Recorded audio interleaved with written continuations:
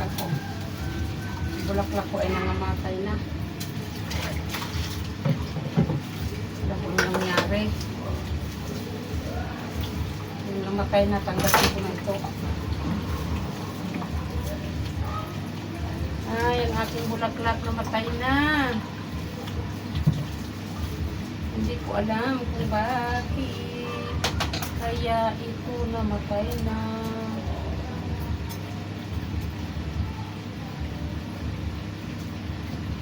So, dahil sobrang init siguro. May tubig naman.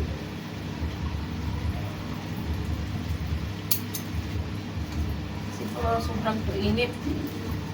Kaya siguro namatay. Kaya yung mga patay na tanggalin ko na yan. Para hindi patay lang ang ano ko.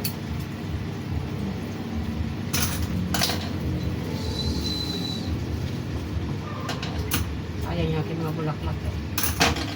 Papayat, ano kaya ano ng bulaklak? Ano bang tawag nito? Ano bang tawag niya? Ayan po. Ano ba?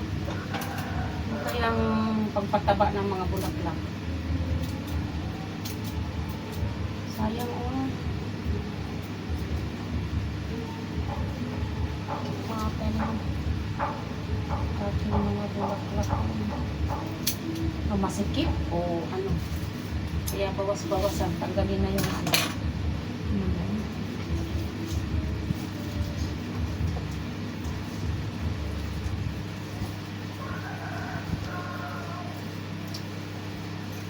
Dati ang ano ko green na green eh.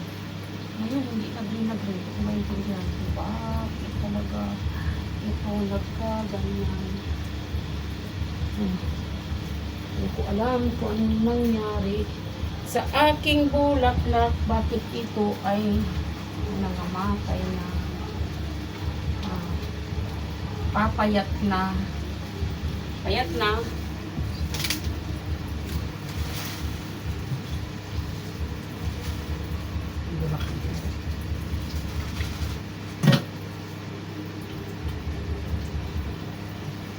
Sana lang akong naiwan ang pinangin ko. Kasi parang